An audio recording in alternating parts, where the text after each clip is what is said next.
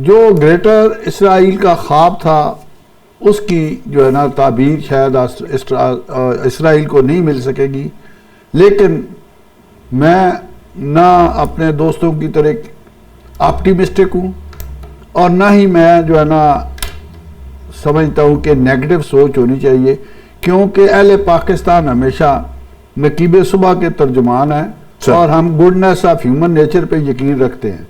लेकिन एक बात मैंने ज़रूर सुनी है और देखी है कि तारीख अपने आप को दोहराती है। गल्फ वार जो है सिर्फ अमेरिकन माइट के लिए, न्यू वर्ल्ड ऑर्डर के इंट्रोडक्शन के लिए लड़ी गई, इराक में उसको शिकस्त हो गई, लेकिन उन्होंने सदाम को जिंदा रखा, रिमूव नहीं किया। और उस वक्त रिमूव किया कि जब उसकी जो है ना सूरत हाल इतनी कमज़ोर हो चुकी थी कि वो अपने आप को डिफेंड नहीं कर सकता। तो इन एस्पेक्ट्स पे भी गौर व फिक्र करना चाहिए। हम कुछ बहुत ज़्यादा जो है ना खुशफहमी में मुब्तला होने वाले लोग हैं।